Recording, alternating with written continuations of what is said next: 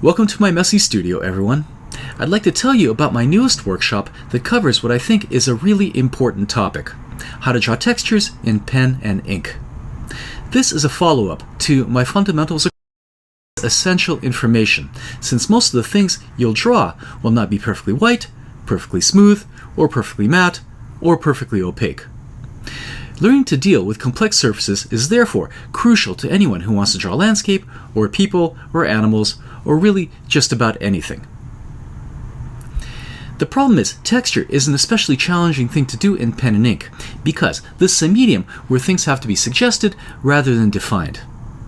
What I mean by this is that while some mediums allow you to record what you see, in pen and ink you can only trigger the sense of texture in the viewer's imagination through carefully placed strokes. Lines that often have little to do with what's actually being observed. A good example of this is this incredible drawing of a lynx by Albrecht Dürer. In this drawing, the fur is suggested through a series of hatch marks, lines that have little to do with what this animal actually looked like, and yet the drawing is incredibly lively and convincing. My 3-hour online workshop will give you all the skills you need to create convincing textures and other surfaces in pen and ink. We'll start by looking at how the old masters, such as Albrecht Dürer and Rembrandt, handled the problem of texture. I'll introduce a few easy rules to follow based on their examples and show you 2 simple strategies for getting textures right.